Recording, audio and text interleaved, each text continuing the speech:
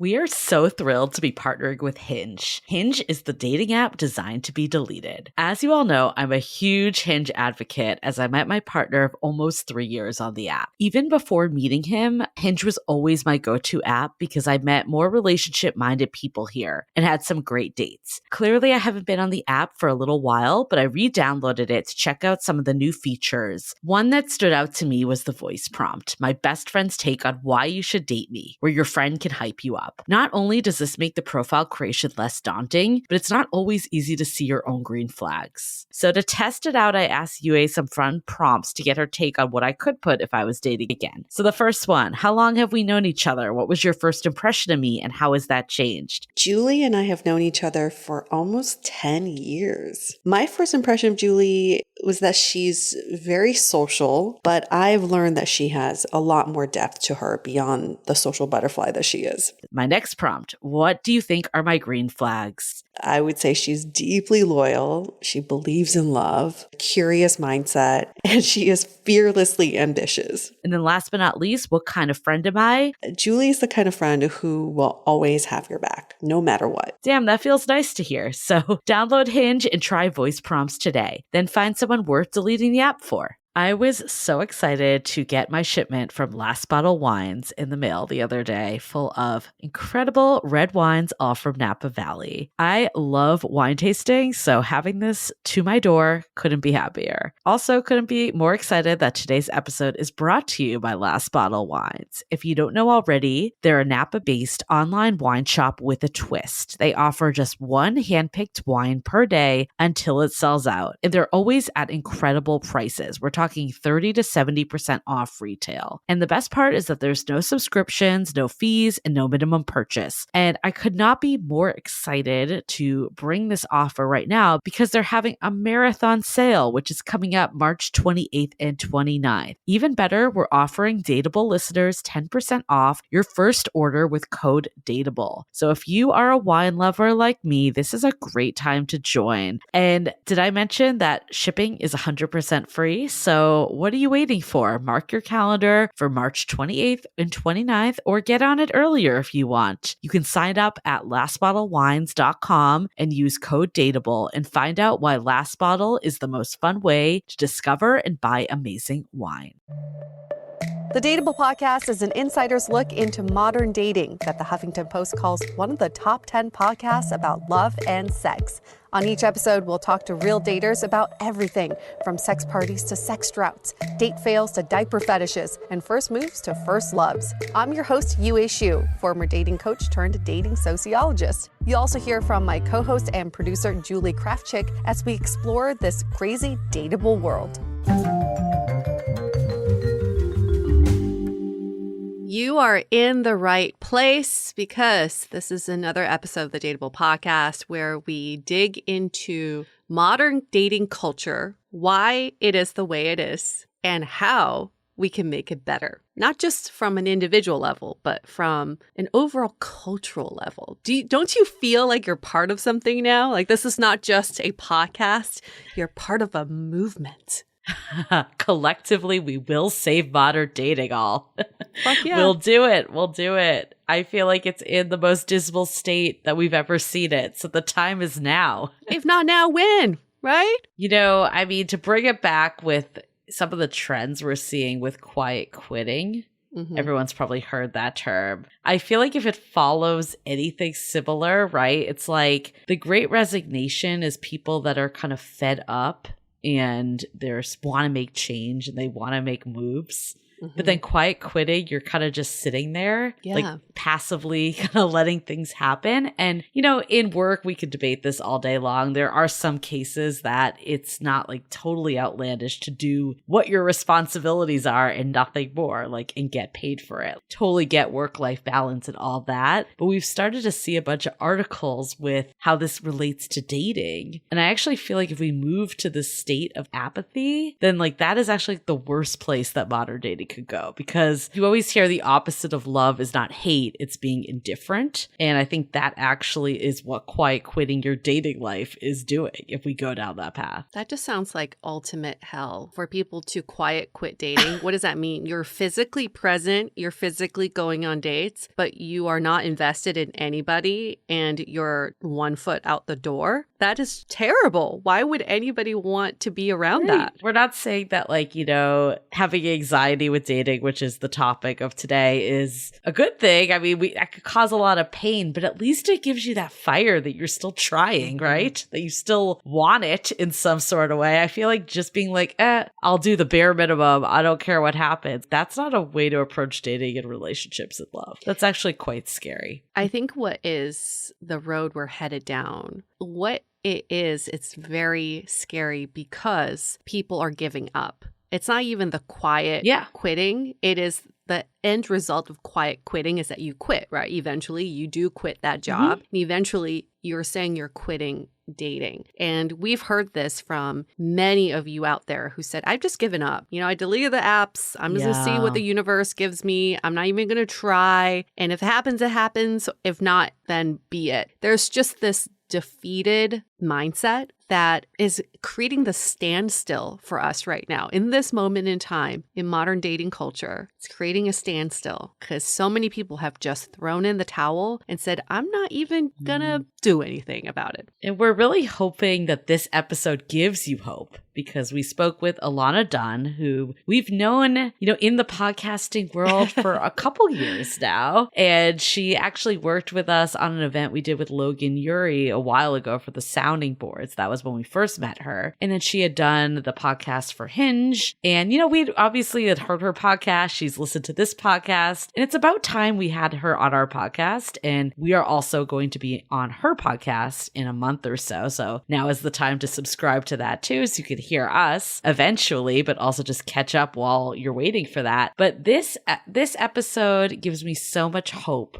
for all the daters out there, because Ilana talks about, you know, how she was the most anxious of daters and how she got through on the other side and found that secure relationship. And I love hearing stories like this because I personally resonate with this a lot. I was also a very anxious dater, and I was able to figure out ways to, you know, ultimately move past it and not let it get in my way. And then also just come to terms with the anxiety too. Like, there's certain things that I get better with every day, but just being with the right person that's not going to shame you for it, that you could be open with and tell them about what's going on for you. There's like so much to learn that makes you not want to give up on dating when you hear stories like this of people that were able to meet wonderful partners. And I feel like most of the times it's not the people they originally went for that were giving them anxiety. That seems to be a recurring theme. I know. It's never the person that makes you feel like shit that you end up with. What a concept there. And I think for anybody who's like, I've listened to enough episodes about anxious dating, this episode is actually quite different. I think my takeaway from this episode is different than the other anxious attachment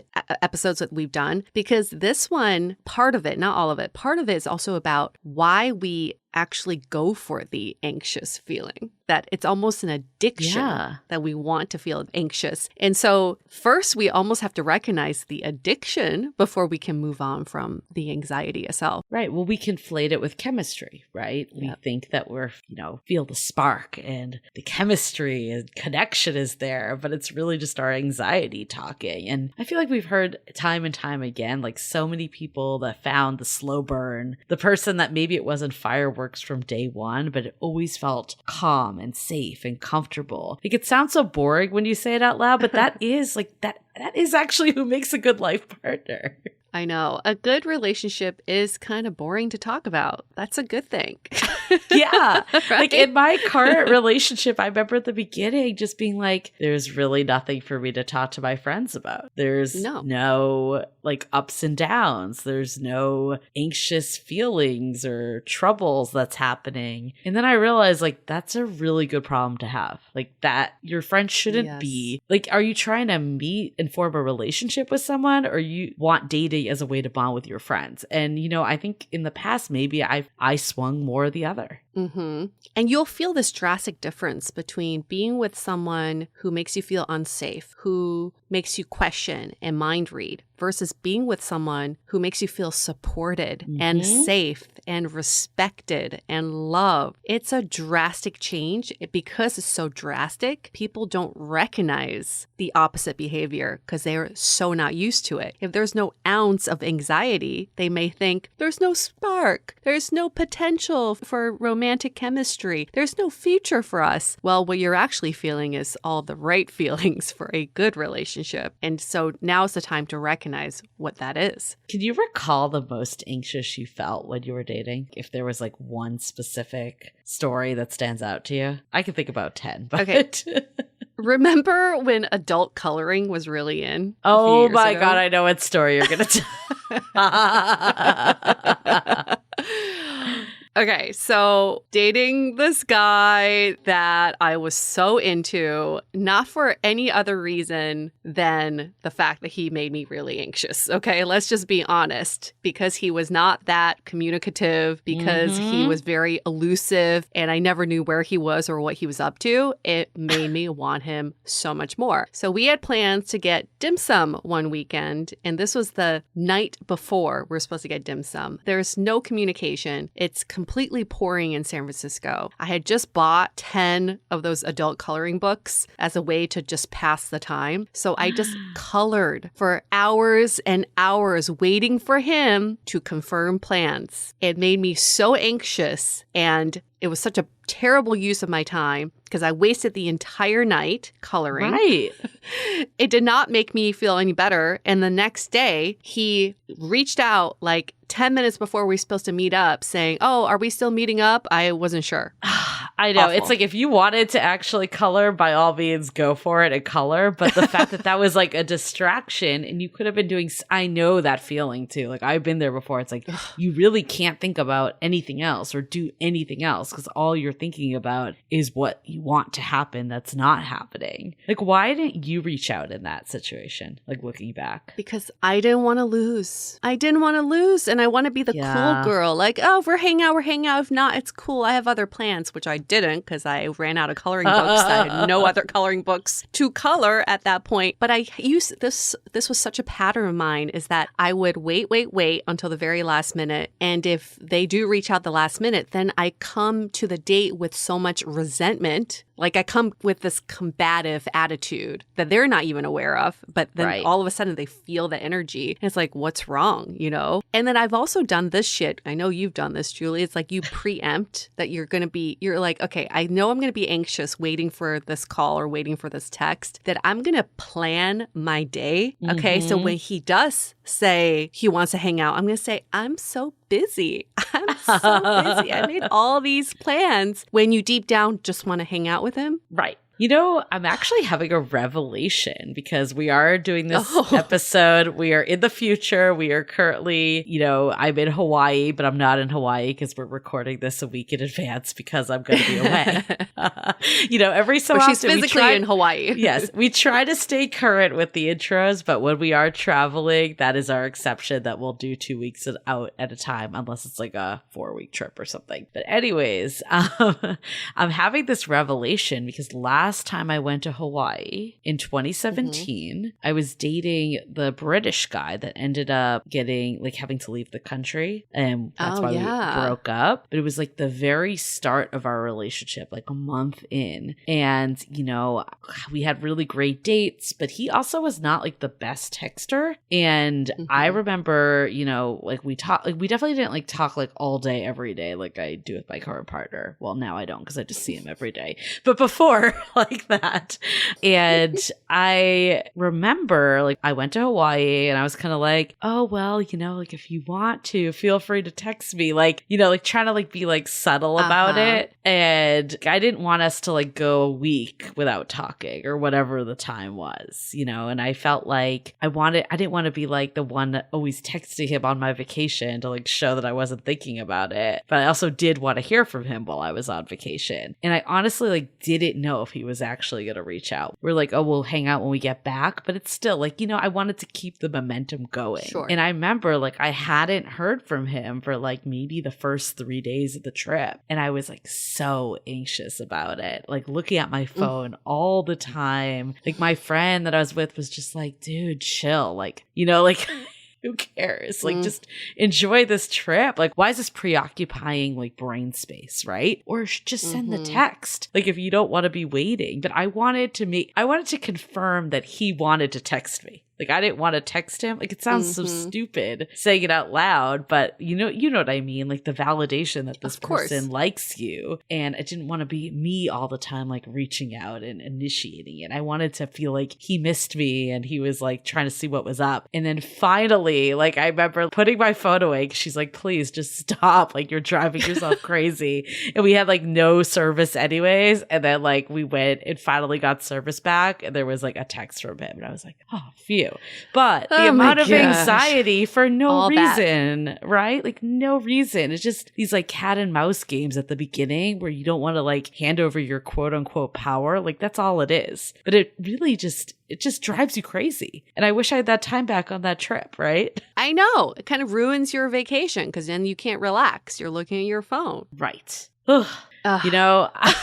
I feel like, though, it's one of those things that some of it's yourself, right? Figuring out how to manage your own anxiety. Because while, like, yeah, it would have been more ideal if he was just texting me all the time and I didn't have to think about it. But at the same time, like, he wasn't doing anything wrong. Like, he just wasn't on my exact timeline, right? Of, like, when I wanted the text. So I think some of it's your own management, which I've learned over the years. But then also some of it's just finding the person that isn't going to give you that anxiety either. My current partner, like there hasn't been a day that I've never heard from him through text. I mean now, but it's only because I see him. But like there's never been a day where I haven't heard from him, basically. I mean, that's what a partnership is. Exactly. But I feel like we think that like it needs to be this guessing game and it just drives us crazy. The cat and mouse thing, we'll save that for another episode. I have a lot of thoughts about that because I think a lot of people want that feeling of the cat and mouse game in the beginning. Like somehow it's flirtatious and fun and sexy. I don't know. I have many thoughts about it, but we'll talk about that in another episode. You got to get back to Hawaii, okay? You got to get back to your vacation. Yes. And,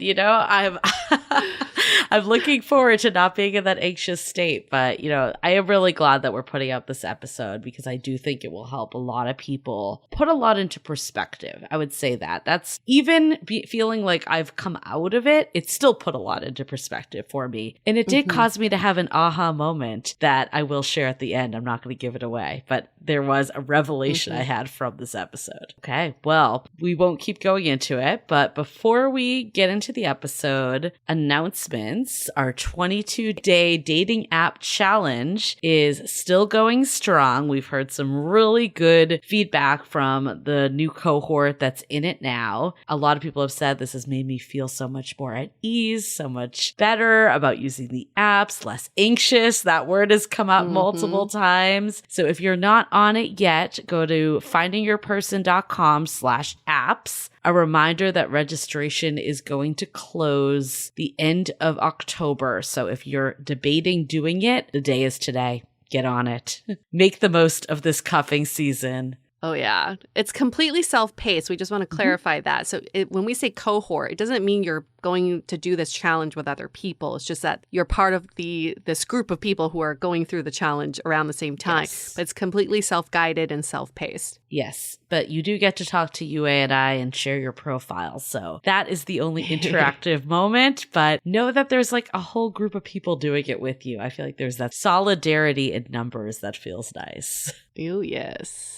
Okay, well, we'll hope to see you in there. Okay, before we get into it, let's hear a message from our sponsors. This episode is brought to you by the One Love Foundation. The numbers of people affected by relationship abuse are startling. Abusive relationships rarely start with physical abuse. Instead, there are often red flags like manipulation, isolation, belittling, and volatility. Do you know the signs? One Love Foundation, a national nonprofit dedicated to ending relationship abuse, empowers you to see the signs of an unhealthy relationship before things go too far. Visit joinonelove.org and learn to spot the signs of unhealthy and healthy relationship behaviors. Okay, let's hear it from Ilana.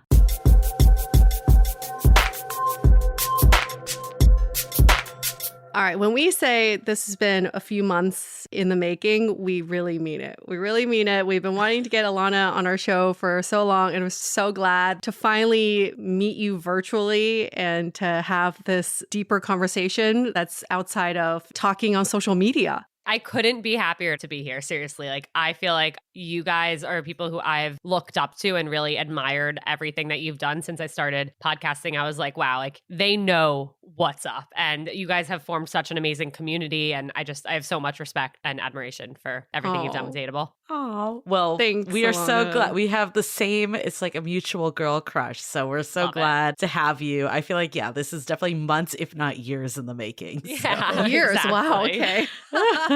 Well, what's so interesting about you, Ilana, is like we've been following your journey. We know you're in a monogamous relationship now, and we love seeing all the posts. And you have the insider knowledge because you worked at Hinge and you've seen kind of like behind the scenes. And then now you're in front of the scenes and now you're helping other daters to date better, being a former anxious dater yourself. So who is Ilana Dunn? She is 28 years old. She's been in New York for 6 years, originally from Westchester. She's the host of the podcast called Seeing Other People. And before that, she worked at Hinge for many years. And you worked on their podcast as well, right? Yeah. So I produced and hosted their podcast, Dating Sucks. Yeah. So positive, right? Yeah. Naming that show was such a journey. And the fact that that's what we went with is hilarious. Well, let's just start right there. You're obviously very interested in the dating space. So what got you started? So oddly enough, I did not plan to be in dating. I did not aspire to be in dating. I was working in the music industry out of college for a few years, and I was so gung-ho about it, never imagined I was ever going to want to leave. But as I was working in that space, you know, I entered the music industry because of how much music had helped me and how I wanted to use my skills, which were, you know, social media, graphic design, video editing, to help people fall in love with music the same way I did, which was by feeling really connected to their favorite artists and bands. For me, it was the Jonas Brothers. And I kind of had a really negative experience in my first job out of college. I was working at a record label. It was like a quote unquote dream job to me. And I very quickly realized that it was very unlikely that I would be able to get to a place where I'd be able to actually help people and have that part of my cup filled up and feel like I was making an impact, because the behind the scenes of the music business is completely political bullshit. That's what it is. And it made me fall out of love with music. I stopped enjoying it. I stopped listening to music. And at the same time, I was in this cycle of only dating guys who worked in music, whether they were at labels, at management teams, or actually musicians or producers themselves. No wonder you were an anxious dater. Right? Exactly. That's what was going on in my dating life. And all of these situations would just crash and burn. And I finally was in this really horrible situation, this very toxic, unhealthy relationship that really dragged me to rock bottom. And at that point was like, I need to get out. And I was so lost. I didn't know it was possible to feel that horrible, but I was just applying to jobs anywhere I could find. I was applying to 3-year rotational programs where I'd have to do a year in finance. And the homework assignments I was getting for these job applications, I literally was having guys I was going on dates with do them for me because I hadn't taken math since high school. What do I know about, skew numbers? Nothing. So it was a really interesting time. And I ended up stumbling upon this job at Hinge, and the title was video and content producer. And I did not have any actual expertise in dating at the time, but I had the actual skills that were required for this job. And in my mind, I was like, wow, if I could use the skills that I have to help a single person not end up feeling this way about themselves that I currently do because of what's been going on in my dating life, that would be the greatest thing in the world. And I ended up getting the job, and suddenly I was the face of the brand and running their social media, and it was a complete whirlwind. I love that you're like, my dating life is in shambles and now I'm the face of Hinge. I'm the poster child for what not to do. It was really funny. We love a good rock bottom story. What can you tell us about, that point of your life? And, was the anxiety there? What was going on for you with that rock bottom story? In the beginning of it, my friends were saying to me, Ilana, we've never seen you so happy. We're so happy you're this happy. And very quickly that changed to, Ilana, we've never seen you like this much in pain. And we don't like the way he's treating you. And we feel like you're not okay and we're here for you. But I wanted this situation to work out so badly that I ignored all of them. Like in one ear, out the other, did not want to hear it. And I ended up being in this relationship for almost a year where I was a secret. And I found out later that the entire time he was seeing other people to, keep up the facade that we weren't actually dating. And meanwhile, I flew halfway across the country to spend the holidays with his family. Like we're spending 5 nights a week together. And I kept having these hunches. And this is the first time I really ever experienced anxiety and also depression. But I would have these hunches that he was talking to somebody else or seeing somebody else. And it was the time where you could see what somebody was liking on Instagram. That feed was there. So I would see him starting to follow these other women and liking and commenting on their posts. And I'm like, who are these people? And I would bring it up to him and he's like, what, am I not allowed to have other friends? Or he'd be like, you're crazy for even looking at that. Like, why are you doing that? Do you not trust me? So then I'm at a point where like I see a hair on his pillow and I'm like, is that my hair? I don't know. Like those were the questions that were going through my mind because I didn't know what was reality and I didn't know if I could trust my gut. I didn't know like which way was up and it ended up completely like crashing and burning. This is also somebody who I worked with very closely. Oh shit. And the reason it was a secret was because we were working together and he didn't want the other person we were working with to know. So once we quote unquote broke up, we're still spending all of this time working together, traveling together for the job. And I'm having to pretend like none of this ever happened. Right. Because it's still a secret. Damn. We're like in meetings and I excuse myself to go to the bathroom to hysterically cry. Like it was horrible. And towards the end, I finally said to him, like, look, like we have to come out with the truth. Like I wanted to be honest this whole time. You wouldn't let us, but like, I'm not okay now. Like I need to tell the truth to this other person. And he said like, no, you can't do that. And I'm like, watch me. And so what he did was he beat me to it and told his truth. And so when me and the other person finally sat down, he was like, Ilana, it's okay. Like he told me everything. I know you guys kissed once or twice. Like, don't worry. It's not a big deal. Like you can stop lying now. And I'm like, that's what he said. Wow. It just sounds like major gaslighting. And I feel like that term is overused, but I feel like this actually is classic. Is gaslighting. Yeah. You aren't feeling what you think you're feeling, or this isn't what you think it is. When did you start having that feeling that something was not right? It was probably, I guess, this started around, I think we started having feelings for each other maybe like June, July. We didn't act on it until like August. And then I think even, while I'm at his family's home in December, I'm like, this is not right. And even probably before that, probably started in like November too. Like I started to pick up on different things. And I think it was how I was feeling where I'm like, okay, I'm seeing things, I'm asking about them, but he's totally shutting me down. He's telling me there's nothing to worry about, but those things aren't changing and he's getting defensive about them. But I didn't want to believe it. I wanted my happy ending. I wanted things to work out. And I think that's one of the hardest things, for anyone who's in a situation that they have a hunch that something's off, but you're already this far in and you want it to work out and you want to believe that people are good and that this person feels the way about you that they say. So it's really, really hard. And especially when you're being like gaslit and manipulated in the way that I was, then you're like, oh, fuck, well, I'm crazy. Right. God, I mean, I feel like all this makes so much sense why you would have anxiety in dating. Did you feel like you had that anxiety before this? Nope. Or did this...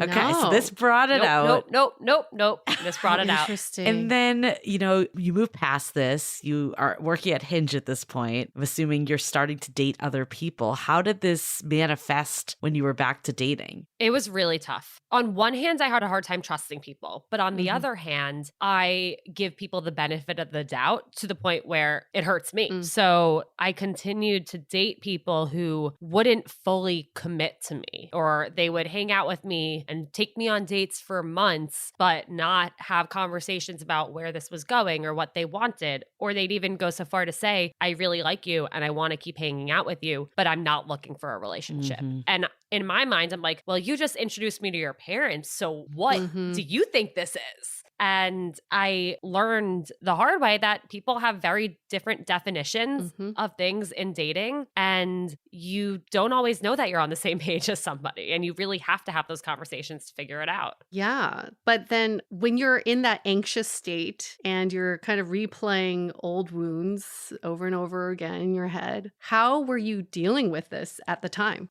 Oh, not well. How was I dealing with it? I wasn't. I was just staring at my phone, refreshing to see if they were going to text me back in a X amount of time, or I would test them and I would text them something asking a question, see if they would answer it. Well, I saw that they were active on Instagram, or they watched my story. Are they going to respond to my text? And I would create these stories in my head, applying meaning to certain actions when I didn't know the truth. I didn't know what was real. And I was trying to say, like, all right, they do like me. They do want something serious because they didn't freak out when I said that I liked them. Or I brought up like hanging out with each other's friends and they were down. So obviously, like, you know, they want something with me. Or not. Or if they didn't respond when I brought up, you know, wanting to go on another date or hang out with friends, if they didn't respond for a little while, I would spiral and I would be like, oh my God, like it's happening again. And I think the biggest thing for me was if it was a Thursday night, a Friday night, a Saturday night, you know, those are more common date nights. If I didn't hear from somebody, if that's when they weren't texting me back, I would immediately assume that they were on a date with somebody else. Oh, yeah. I would do the same. I was like, I know all the things you're saying are ringing like a little too true. Yeah. I know. Bring back all the memories. I remember, you know, the frantically waiting and, you know, what I would love to tell my old self was, you know, invest in people that invest in you, not trying to make like fit the square peg into the round hole. But, you know, you do kind of need to go through it. I know for me, like I thought I had major anxiety because I had so much dating anxiety. I went as far as I signed up for this program to manage anxiety. And then I realized I didn't actually have anxiety in any other parts of life except for dating. Yep. Like, did you have anxiety come up other places, or was it really limited to dating and relationships? I'd say for the most part, it was limited to dating and relationships. There were other times in my career where I would have a lot of anxiety about work or about my job or about specific relationships within my job. And in this case, I don't mean like romantic relationships. I mean like somebody who is my boss or my colleague where it was not a healthy working relationship that would really, really impact me. But outside of that, no, like I've never had anxiety about like friends or family or traveling or just day-to-day things. Like it was always about dating. And that makes sense because when you're so anxious in one area of your life, it probably sucks all of your anxious energy into that It's like one no part. room for other parts. Yeah. I feel like people who are, I have friends, I can imagine them listening to this being like, no, it's everywhere for me. But I totally get what you're saying. That are across the board, for sure. Yeah. There are, yeah. It's infinite, but I definitely feel the same, Julie. I feel like those anxious times in my life were absolutely geared towards dating and relationships. And it was always the dating game, always wondering if they're out with other people, always wondering if they're just having more fun without me. That's just kind of like how I felt if I didn't hear back from them. And I would make up these stories in my head, and that's what get me down this anxiety spiral. And the next time you see them, you come with an entire story that you made up in your head, and you come with a little attitude because you're like, you went like out angry. on Thursday and you went out drinking on Saturday. And they're like, no, I just stayed home and played video games for a few days, but okay. Right. And you come with an agenda of like, okay, I have all these questions in my mind and I need to know, like, is this true? Is this not? What were they actually doing? Who were they actually with? And you're right. 9 out of 10 times it was that they were playing video games. So mine was different. Like, I don't think I had that anxiety. I wasn't like, oh, they're out with someone else or they'd rather be with other people. Oh, but I had anxiety. Don't call me too lucky yet. I think mine stemmed from a fear of abandonment and a fear that like I wasn't good enough or like someone that they wanted to be around. So it was less about other people. But even if they chose no one over me, it was more of just they would realize like that they could do better. They, you know, something like Like that would be in my mind with the anxiety. Like how else did it show up for you when you were dating? What you just said reminded me of some other things that I felt so much, and I don't know how they weren't the first things to come to mind a few minutes ago, but there was definitely this constant feeling of like, why am I not good enough? You know, why am I not good enough for somebody to want to commit to me? Because I kept dating people who didn't want to commit. And then seeing other people get into relationships, or even seeing those people who wouldn't commit to me end up dating somebody else after, like, well, why am I not deserving of love and this other person is? Like, what's wrong with me that I can't find this thing that I want so badly? And I think a big problem that ended up, you know, resulting in was me wanting to go above and beyond for somebody to like show them that I was worthy. And I totally understand that for a lot of people, that would be me coming on way too strong, you know, but I just wanted so badly to love and be loved that I almost didn't care who it was with. I was like, I just want somebody, anybody who will accept me and want me. Yeah. It's the validation. Like I remember just being like, why can't I ever get past a third date? So like my goal was just to get past the third date. You're right. It takes the emphasis off of who do you want to be with, but just who wants to be with me. Be with you. Yeah. And I think, you know, too, then you're just like find yourself just going after this achievement, not actually like the life with this person. Like I look back on so many situations that I'm like, I didn't even know this person. Like, why was I putting so much emphasis if they liked me? They probably didn't even know the real me at all either. But in your head, it's like this game that you need to win. Like you need to get to the next level, get that next date. Yeah, exactly. It's a game. That's exactly what it is. That's when I received all the terrible dating advice from my friends who told me to play the game, to ironically take hold of the situation, and you control the narrative now. So now you're not going to text back for 3 days. And when you do text back, it's going to be a one-word answer. And then when you see him next, you're going to say A, B, and C to make him feel like you were busy and you didn't need him.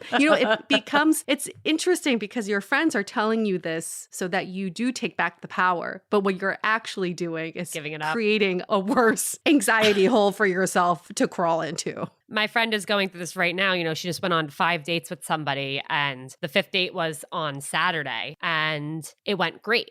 And they made plans for this coming week. And then he slept over on Sunday morning. Like, that's when he said, like, when can I see you this week? And they left on a great note, and she was so happy. And then they only texted back and forth like twice on Sunday. And then the last thing, she wrote 2 messages and he hearted them, didn't answer. There was nothing to really respond to, but then he didn't continue the conversation. And what was to follow was 3 days of her losing her fucking mind. Saying, I feel like something shifted. What if he decided he doesn't want to be with me anymore? He doesn't want to be in a relationship. Like, we don't have a plan for our date yet. Like, he definitely doesn't want to be with me. And I'm like, well, you're not texting him either. Like, why don't you text him and ask how his day was? You know, maybe he feels really comfortable with where things are. So in his mind, he's not anxious and doesn't feel like he needs to text you because he knows he's going to see you. But if you want to talk to him, then talk to him. Text him. I feel like that is the root of it. Like, I know for me, I was definitely like a later bloomer. So I resorted to teaching myself like I would in anything else, right? So I bought all the books, read all the magazines, the rules. Oh my God, Why Men Love Bitches. That one, I hate that book so much. That one, like all of them, right? And they were very tactical. They told you how to play the game. So I remember doing the exact same thing as your friend, Ilana, like sitting there waiting, just waiting. And if I could get back all those hours, I would so much rather send a text, hear they're not interested, and then move on. But we think that we're like supposed to play these games. Like, what rules or bad dating advice you found got in your way? I know. And it's tough because on one hand, I get it. You want the validation of knowing that they texted you. You know, you want that. And I fully understand that. But at the end of the day, them texting you is not going to be what makes or breaks it. And you texting them, nobody's ever been like, oh, this person texted me first, I'm over it. Right. Yeah. Unless they were already on their way out. You know? Exactly. And then fine, you sped up the process. Right, exactly. So is there any like rules that you look back at today that you're just like, why did I think this was a good idea? I feel like I never followed rules. Like, I was always like no, like, I'm going to do what I want because I need to do what feels right for me. That being said, I definitely made a lot of very poor decisions. And look, called people when I shouldn't have. Like I definitely like that guy I was in that bad relationship with, like definitely showed up at his apartment when I assumed that he was like on a date and not answering me and waited for 3 hours for him to come home and for me to catch him. Like there were terrible decisions I made. Where maybe if I had followed rules, they would have kept me in check a little. It's like you were the opposite. Like instead of holding back, you're just like, I'm doing it. But you know what? Do I regret it? Like, would I undo it? Maybe some of the things, but I really feel like I did what I felt like I needed. Mm-hmm. And I totally like respect my younger self for that. Mostly, except for some situations. No, I mean, look, I think the biggest thing was like, I wouldn't listen to what my friends were telling me to do. And that's something where, you know, I see in today's dating world as opposed to the dating world I was in a few years ago. It's all the same. So long ago. In the olden days, I feel like people are so misled by their friends. And Yes. that is why I am proud of myself for not listening to their advice. I mean, even when I started dating my now partner of a year and a half, Jake, right before our first date, the day of our first date, I hadn't heard from him until it was like 4 or 5 o'clock. And I texted 2 of my friends. One was straight male and one straight female. And they were like, one of them, the guy said, oh, the date's not happening. Like he's totally standing you up. And I'm like, that doesn't seem like we made the plan. He made the reservation. I don't think he's standing me up. And the girl was like, absolutely do not text him to confirm. Like that's his job. Like you made other plans now. You're busy. You have other things to do. Yeah. You're not waiting around for him. And I'm like, well, maybe he had a really busy day at work. Like I said, I like to give people the benefit of the doubt. And they were like, well, Ilana, like you're so pathetic if you confirm this date and text him first. And I was like, nope, I'm going to do it. And I texted him and he was like, hey, I was just about to text you. Like, sorry, crazy day at work. I'm so excited. I'll see you at 7. And I'm like, perfect. Great. And then There you go. I sent them that screenshot and they were like, don't respond.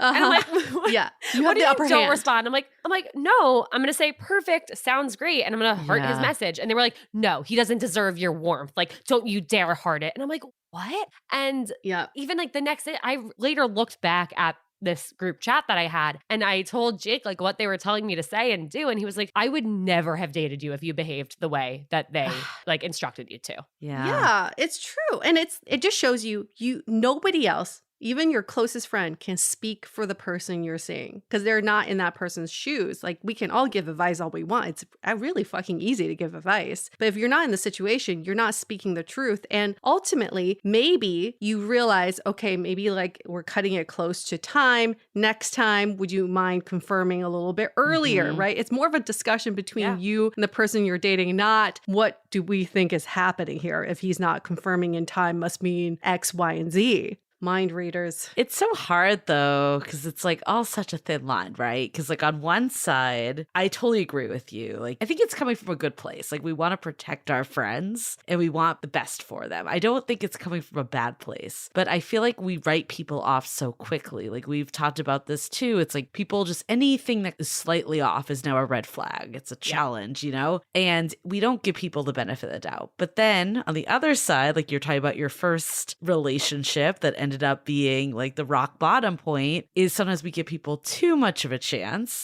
and our friends can see things and be like, look, this is not the best version of you. This person's not bringing out a good side. I will never get in my friend's business ever again because I've done that before. And ultimately, until they're ready to hear it, even if it's a bad situation, it almost doesn't matter that you tell them. Like, I think there is a line, like, you don't want to ignore a completely red flag situation, but at the same time, it's like, there's only so much you can do as an outsider. Like, this person hopefully will come to it pending like really bad abuse or something that really does require intervention, but it's hard to know. But I guess, like, what's your opinion? Because like there is kind of the two extremes of this whole thing. It's really tough to navigate. I've been on both sides of it. You know, when I was in that bad relationship, I think every single one of my friends came to me and was like, we're here to talk if you want, like, or you're not okay. But I pushed them all away. That's what I did as a response. I didn't want to hear them. I no longer wanted to talk to them about my relationship. And I literally pushed every single one of my friends away. I'm very fortunate that when shit did hit the fan and I did realize I wasn't okay and this situation was horrible, they were all still there for me. And they understood that I was pushing them away, not because I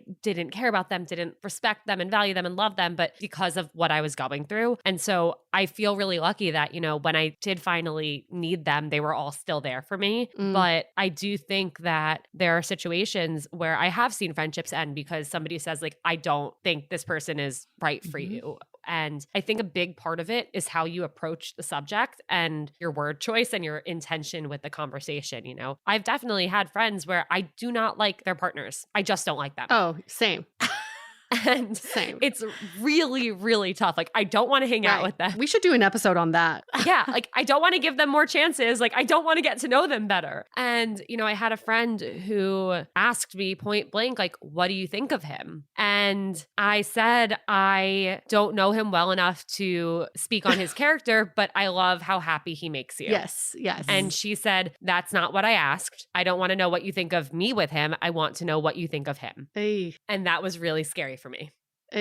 Well, yeah, it's so hard because I've definitely done that before too. Like, we had a full-on intervention with my friend who is now married to her boyfriend at the time, now husband. Yeah, she's married too. I'm so glad she didn't listen to us though, because with this situation, like, I really love her husband now. I feel like I just didn't know him well enough. Like, you're like, no, I didn't. But it can go the other way, I guess. Like, I do regret intervening in this situation because he wasn't treating her bad. Like, it was because, like, he wasn't like the person I'd hang out with. I think there's a difference of, like, this person is not treating you well versus that. But that being said, I think that sometimes feeds into the anxiety when you're asking your friends all these questions all the time. Yes. And you're never able to just be like, this is my gut, I'm trusting it. Or even if I fuck up, like, I'll come out of it somehow. I think there is a confidence in that. And again, what the line is, it's hard because it's like, you don't want to never talk to your friends about people. But I think, like, just talking endlessly in circles isn't the solution either. Yeah. The thing is this is all feeding into anxiety because when an anxious person asks their friends for opinion, it is, I think, a responsibility as the friend to ask back, what do you want out of this conversation? What are you looking for? Yeah. You want me to just listen? You want me to give you my honest opinion? Or do you want me to tell you what you want to hear? And most of the time is C. People just want to hear what they want to hear. Yes. And in those situations, like your situation, Ilana, with the text, I think it would just been fine if your friends were like, just text him. You'll be fine. And then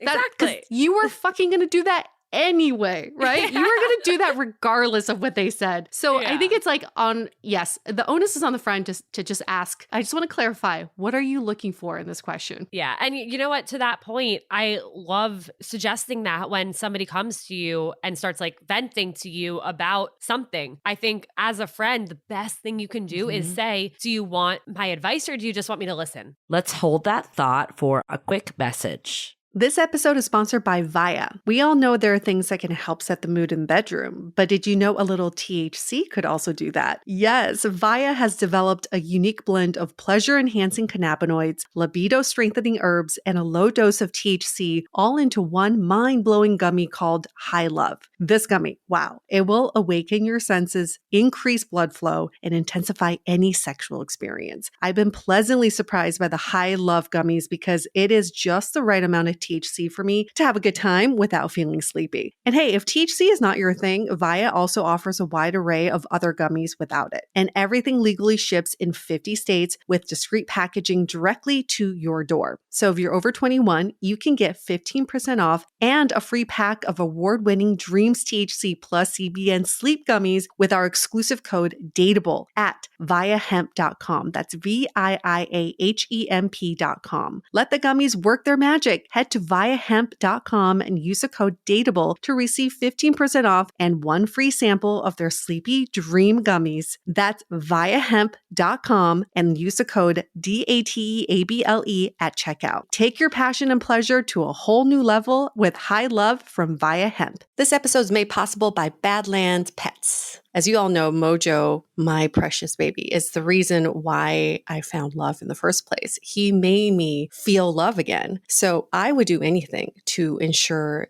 his health and longevity. And actress Katherine Heigl and I have that in common. She's helped save over 16,000 dogs through her foundation. And after doing a ton of research, she feels there's one place we can look to improve any dog's health, and that's their food. So fortunately, she found that just by adding a few special superfoods to her dog's food, she saw huge transformations in their health. So she's made a 20-minute video explaining step by step how anyone can do the same thing to see incredible changes in their dog's health. I've definitely re-looked at what I'm feeding Mojo and making sure that, hey, he only has one life to live, and I want to make sure it's the best damn life. So if you want to keep your dog healthy and happy, go to badlandsfood.com/dateable and watch Catherine's video right now. Again, that's badlandsfood.com/dateable. Living with ADHD can be a challenge, and dating with ADHD is definitely a challenge, we've heard many of you say. But finding the right care and proper tools needed to succeed can be life-changing. Dunn is an online ADHD care platform that can get you all the resources you need to help manage your ADHD. Online visits, refills, and a 24/7 care team made for you.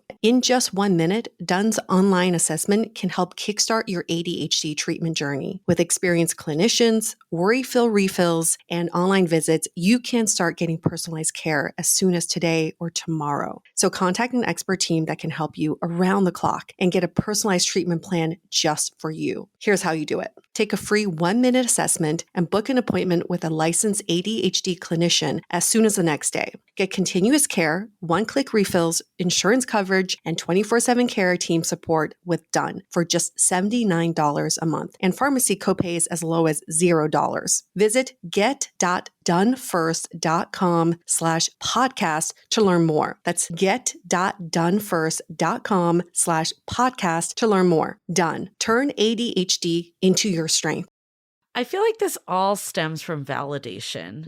You know, like you want to know that you're not making the wrong decisions, the wrong moves. You know, I think it ties into what we were talking about earlier too, of this anxiety of like not being chosen because you want the validation that you're worthwhile, you know? Like, how did you start to come out of this? Like, walk us through your dating life, that you're deep in the trenches of anxiety to kind of where you are now, that you were able to meet your partner and, you know, move out of it a bit. Yeah, it was a journey, let me tell you. I mean, I feel like people always look at me now, and I try and be really careful of the content I put out specifically when it is me and him, because it's like, great, it's like happy, it's fun, but it wasn't always like this. And I didn't just snap my fingers and get this. It took a lot of work and a lot of like pain for me and a lot of growth. But I think one big turning point for me, this was mid-pandemic.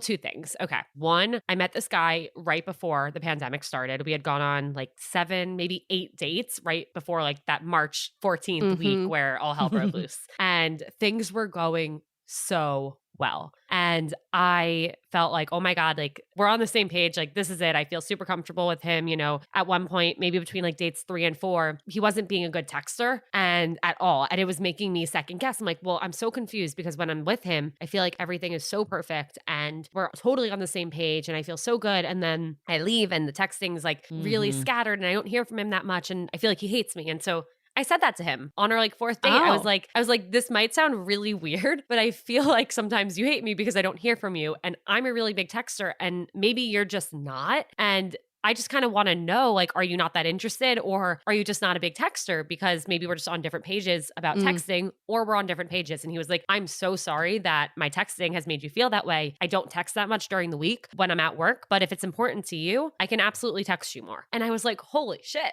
Yeah. I can tell somebody what I need and freedom. see if they can show up for me and fulfill that need. And that was really eye-opening for me.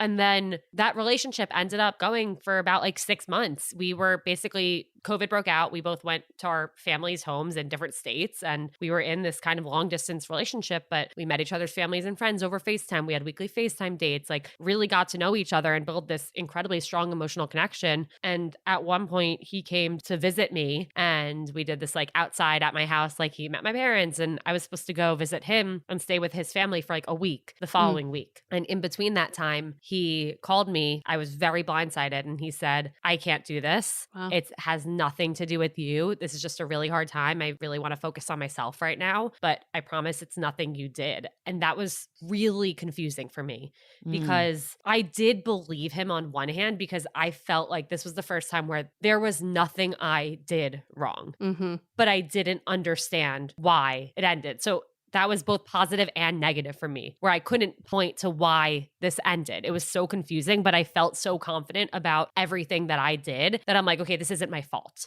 2 years later, to like the week that we ended things, this past summer, he posted on his Instagram that he came out and we ended up reconnecting. We ended up reconnecting. I texted him. I was like, and he came on the podcast and we did an episode together about this, but I texted him like, Jordan, I'm so happy for you. And I'm so proud of you for being you. And he responds immediately, you were the last girl I ever slept with. And I was like, oh my God, we have not spoken. Our texts before were of me trying to fight for us 2 years ago.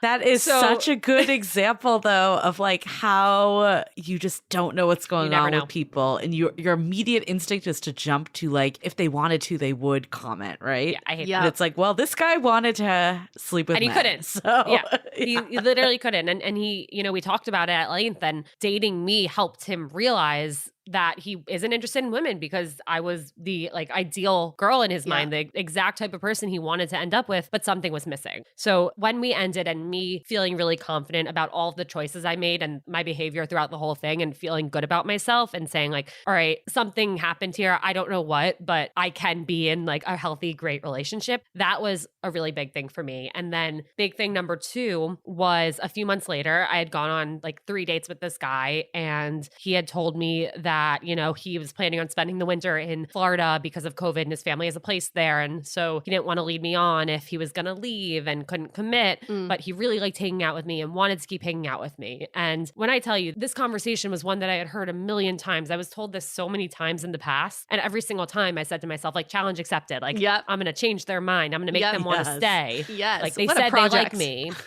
Right. This time I was talking to Logan Yuri about it. And she said like, Ilana, there are 2 different things you could do. You could continue on with it knowing that you'll probably get hurt and that there's nothing wrong with that. If you like him and value the time you spent together, like go for it. Or I think you'd be really proud of yourself if you chose yourself and stood up for yourself and walked away from him. And that's actually what I ended up doing. And I am so grateful for Logan for giving me that piece of advice because, even though it was her kind of pushing me to do it, I was the one who did it. And I felt so proud of myself and so empowered walking away and breaking that cycle finally. Yes. And saying like, no, I do deserve more. And I want to be with somebody who wants to be with me, who I don't have to like convince to be with me. Right. Well, it's putting yourself in the driver's seat and it's saying like, what do I want? Not just what do they want and going along with it. And I know like personally for years, I feel like I was kind of just like, well, I'll just end up with whoever wants me kind of thing. Like it was like whoever makes the move, whoever reaches out. And then there was this breaking point that was like, no, like you're in charge of every other part of your life. Like, why would this be different? I think some of it is just the way women are socialized too. So you're so you're out of this, you have these pivotal moments. What does dating look like leading up to your now partner? Or did you meet kind of like right after? So I met him, it was probably like 4 months after I ended that thing with that guy who couldn't commit. And it was again, this other pivotal moment that led me to being with him where I had gone on like 2 or 3 dates with this other guy. Let's call him Brad. And I was obsessed with Brad. It's always Brad. It's always Brad. Like, that's Brad the typical F-boy name.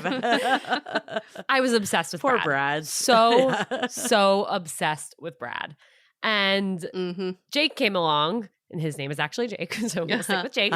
Jake came along and, we went on this first date and in my mind, I was like, oh, like I'll just let this be a distraction from, my obsession with Brad. Because people, suggest that for anxious daters, you date multiple people at a time. And I've always been very bad at that. But I went on this first date with Jake. First date was very fine. It was tough. It was 20 degrees and we were sitting outside.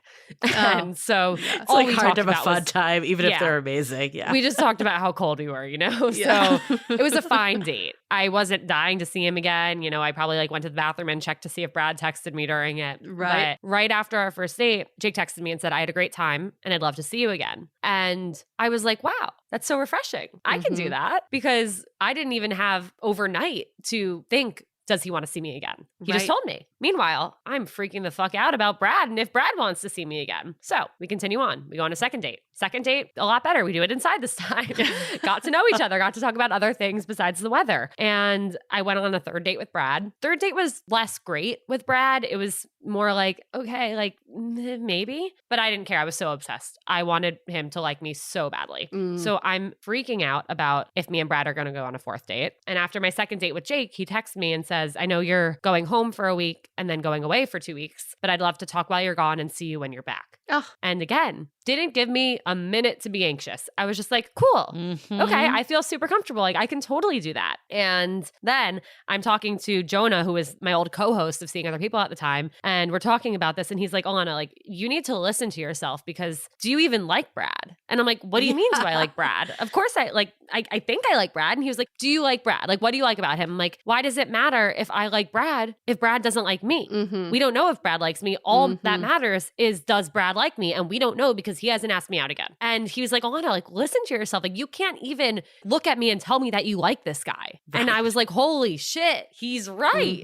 And when I like zoomed back, I was like, wait a second, I'm obsessing over Brad because I'm so anxious because he's not communicating and I don't know how he feels. So I don't even know how I feel. And he did end up texting me and giving me that like, I feel like we should see what else is out there text. And once this happened, I was like, wait, I actually don't care about seeing you again because I realized I don't like you and I've just been anxious and panicking. And I have this great guy here who's communicating with me and I feel really comfortable with. So in my mind, I thought that I was like so much more into Brad than Jake because my mental capacity was 80% Brad because I was just like anxious and freaking out about him. And I felt comfortable and myself with Jake. And so it was this really interesting comparison of that anxiety that I felt with everybody versus actually feeling calm and stable and safe and confident and not freaking out every second if I was going to hear from this guy. I hope people will replay exactly that story back because this is what we hear from anxious daters all the time. It's not that you're obsessed with the person. You're actually obsessed with the feeling of being anxious. Yeah. And that anxiety is what creates quote unquote chemistry for people or the spark. When anxious daters come to us and say, oh, things are fine with this new person, but I don't feel spark. I don't feel chemistry. And we dig into like why that's happening. And they're like, well, everything's going fine. And we're, they're very communicative and we're seeing each other regularly, then we're like, what's wrong? What is like, wrong is actually a good thing. It's a good thing, but I think your cycle and pattern is based on these feelings of anxiety and mind reading that when you don't have it in a relationship, you tend to think your like for this person is less, which is not true. You're actually just yearning for a feeling that created that quote unquote spark in the first place, which is not a real thing at all. As you know, Logan Ury would say, fuck the spark. Exactly. It's funny because we had this whole discussion and debate about friends, but then your friend Jonah basically was the light that you needed, right? So I think sometimes he's the one friends... who told me to, Jonah's the one who told me to not go on that date, that I would be stood up. Let's be clear about that. Okay. All right. I feel like they're useful sometimes. And again, maybe it's what you want to hear at the time. It's like you've already kind of come to that, but maybe that's the question for you. Because like I 100% resonate with your story. And I think a lot of times the anxiety, you're chasing the anxiety. I think that's a good way to put it. Like you said, Yue. But like with my current partner, what you were saying, he did the exact same things. Like on the date, asked for the next date, texted every day since we've been dating. There's never been a time that I felt anxious with him. And I was able to share my anxieties. And he's like, same thing. Like, I'll help you meet them. Right. But it took me, and we had Dr. Abigail Lev, who was a schemas expert, that, what are your internal beliefs? And like one of my core beliefs is this fear of abandonment, which I brought up earlier as a source of anxiety. And she did this exercise with us, like, how can you take like the number one thing that's bothering you in dating and realize that that's like your greatest need in a partnership? So at that point, I realized, okay, I need consistency. But before that, I was never looking for that. So then when my partner showed up and it was always consistent, I was like, okay, there's something here. Like, what do you think for you outside of Jonah, like kind of being like, get it together, do you even like this person? What do you think it was for you that helped you bridge that gap, that you were maybe receptive to hearing it?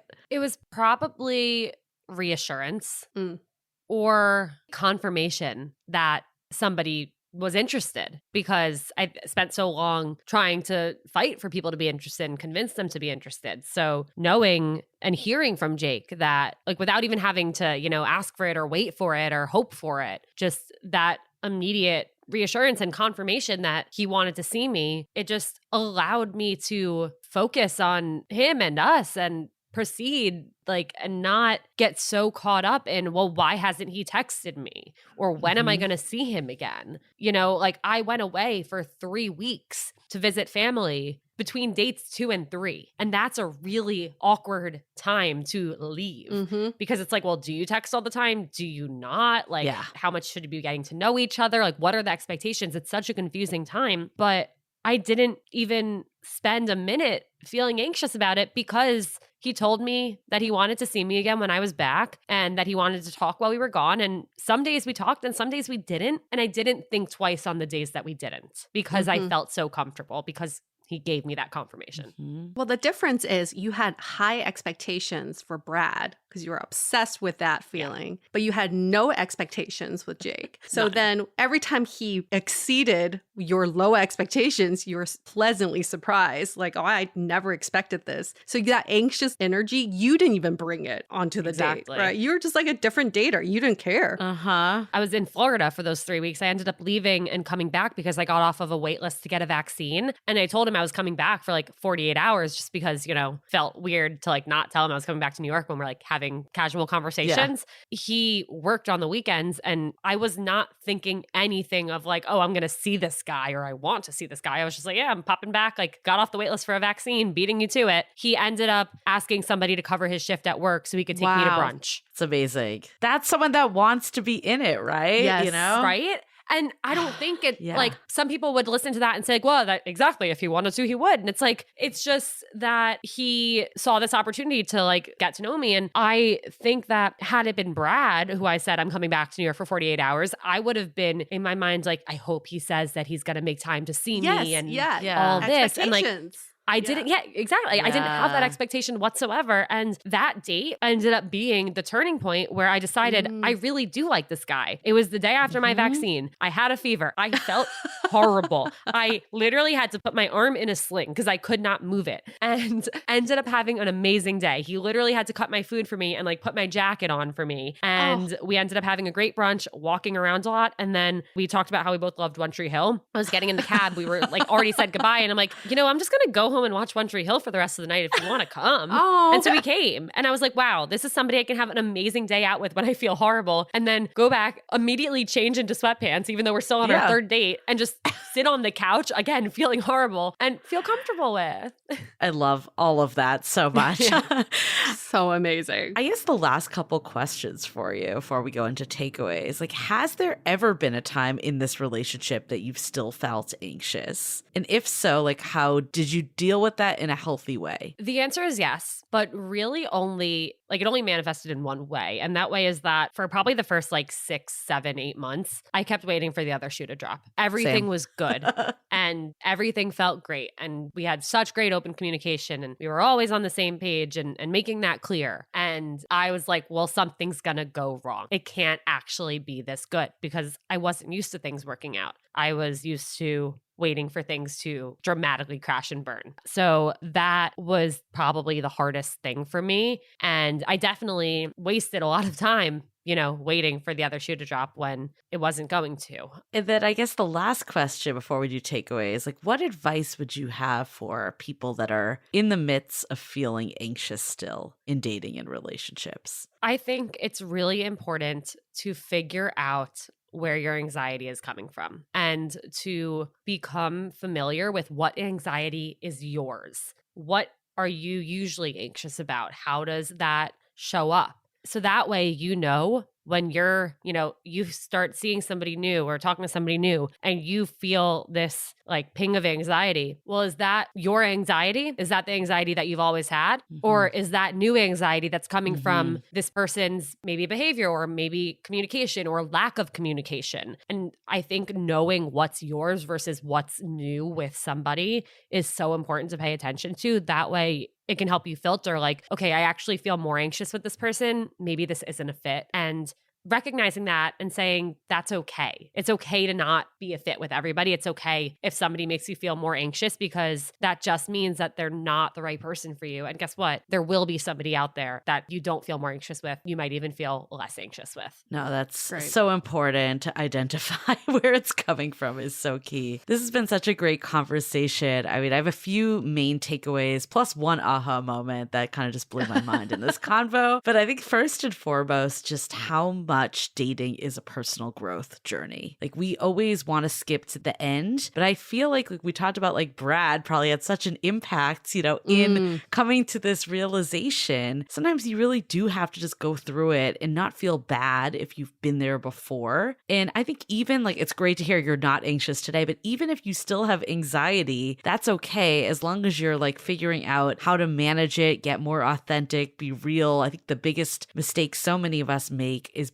expecting people to be a mind reader, where this is really coming out of a fear of them saying something that we don't want to hear, like them basically confirming our worst beliefs. So therefore we don't ask the questions and then sit anxiously. So the more we can continuously grow, and even if it's looking the anxiety in the eye and just being like, I see you, like I'm not going to let that, hold me back from a great relationship. I think all of that is time well spent, and not to beat ourselves up, but look at it as a form of growth. So that's like the first thing that comes to mind. I think the biggest aha moment I had with this is like, I've talked about this before too, like when people are like, what drew you to your partner? And I'm like, the consistency. But I almost hate saying that because it kind of like devalues everything else about him. And like it's not like the reason I'm with him is because he was consistent. It makes it seem like, oh, this is the first person that like did all these things for you. And then like you were saying too, like the no expectations. Like I don't want the reason why we're with people is because we don't have expectations and they're like showing up for us, But what the aha moment I had was when that stuff is there,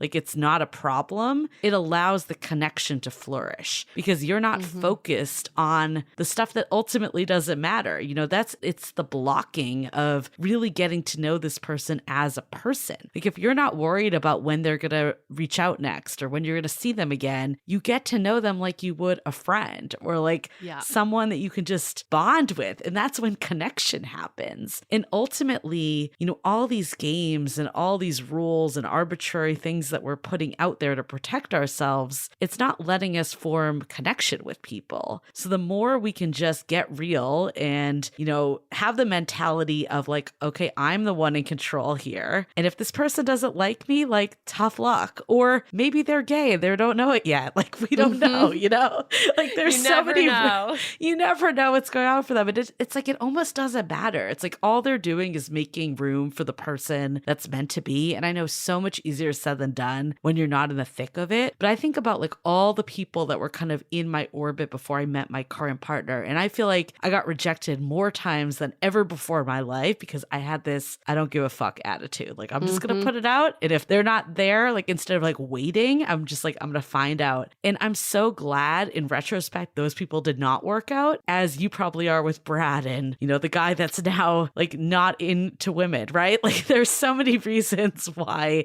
these people just it's almost like they are there to get you to the place you need to be. Absolutely. And with all that said, it can be so rocky and bumpy along the way. Like every single experience is a learning experience, whether or not you realize it in the moment. I mean, that's all we can really say about dating. It's a learning experience. Nobody has it all figured out. None of these dating experts, dating apps, dating companies, nobody has it figured out because everyone's trying to learn along the way. And I think the biggest learning for me in this conversation is most of the time it's not about you. It may have nothing to do with you. You don't know what's going on in someone's life. You don't know who's coming in and out of their life. And you could be the best person for them, but if they're not ready to receive you, it has nothing to do with you. It has everything to do with where they are in their life. And we're all such multifaceted, complicated creatures. It's hard, like Julie and we're talking to people about why they didn't continue dating other people for a project. And most of them can't articulate. They cannot articulate the exact reason why. And then they have to like force themselves to think of a very superficial reason. Most of the time, it's just, they just weren't at that point in their life to receive this person. So I think that's learning number one. And my second and final learning is anxiety is a feeling that we can disconnect from ourselves. So we can name it something. Like I would name my anxiety Brad. And I would say, Brad is here. Bye, Brad. Okay? Brad is present. And if we can name the anxiety, then when we feel it with someone, instead of saying that's a spark or chemistry, we can say Brad is present. And I think that puts everything to perspective. You're like, well, if Brad is present, 3's too much for me right now, right? 3's not company, 3's are crowd. So I'm going to have to get rid of this feeling. And it would be good because then we can separate out, do I actually like this person versus am I just obsessed with Brad? Exactly. Brad being I love that so much. I think like one other thing that came to mind too is like, I love that when something's in your mind, you just said it. Like this back to, we can't let anxiety just feeds us like expecting people to be mind readers. Like when you were talking about the story, how, you know, the guy that you were seeing wasn't texting you as much as you would have liked to. The fact that you just put it out there, that's like true vulnerability because you're sharing how you're feeling. And like he was able to actually meet you where you were. And I think the fear of someone disappearing or cutting it off holds us back for saying that type of thing. But ultimately, even if that guy was like, you're ridiculous, like I text enough, or why would you, like, do you want to be with that person? You know, like that's enough of a reason where it's not a fit. So I think we have to like stop being afraid that we're going to scare away the wrong people and stop like bottling things up. I think that to me has been like a pivotal moment of my life is that I just I'll just say what's on my mind now, where for years I just kept it in and all that does is foster anxiety. Thank you for this conversation. I feel less Brad in my life already. I'm ready to move on to Chad, which is a more freeing name. Brad, I'm Chad, sure. Vlad. Yeah, all the names All that the rhyme. ads. They can all go away. Alana, if people want to get to know you better, where are all the different places they can find you? Yes. Well, first of all, thank you both so much for having me. This has been such an amazing conversation. I'm like so sad it's over, but so glad we get to do it again. We're going to do it again. Yes. Yeah. You guys can listen to Seeing Other People wherever you listen to podcasts, and you can follow along at Seeing Other People on Instagram. And then I'm on TikTok at Ilana.Dunn. And we will be joining Seeing Other People. So Gotta check check it out. us out there. Beautiful. Thanks again. I'm so glad we made this happen. That was so great. That also literally flew by. It flew by, but we're going to continue the conversation. We'll have to have you back at some point too. And just because you two just recently moved in, right? Yes, we moved in a month ago. Yeah. Okay. Yeah. So that's definitely another topic for another episode. But for now, we're going to wrap up this episode. For all of our listeners, thanks for coming along for the ride. If you like to air out your own personal anxiety or Brad's, you can do that by giving us a rating and review on Apple Podcasts. You know, say something about how we helped you get rid of the Brad in your life. And 5 stars while you're at it. Yeah. 5 stars. And while you're there, go on Seeing Other People and give Alana a 5-star rating and a review too, right? Might as well. Yeah. Did you know do this both. is the way to alleviate anxiety? Is to just Who give knew? 5-star reviews. It'll save you years of You therapy. get a 5-star review. You get a 5-star review. Sharing is caring. Okay, we're going to wrap up this episode. Stay Dateable. The Dateable Podcast is part of the Frolic Podcast Network. Find more podcasts you'll love at frolic.media/podcasts. Want to continue the conversation? First, follow us on Instagram, Facebook, and Twitter with the handle @Dateable Podcast. Tag us in any post with the hashtag StayDateable, and trust us, we look at all of those posts. Then head over to our website, dateablepodcast.com. There you'll find all the episodes as well as articles, videos, and our coaching service with vetted industry experts. You can also find our premium Why series where we dissect, analyze, and offer solutions to some of the most common dating conundrums.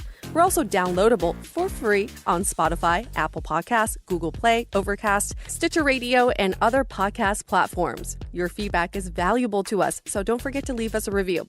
And most importantly, remember to stay dateable.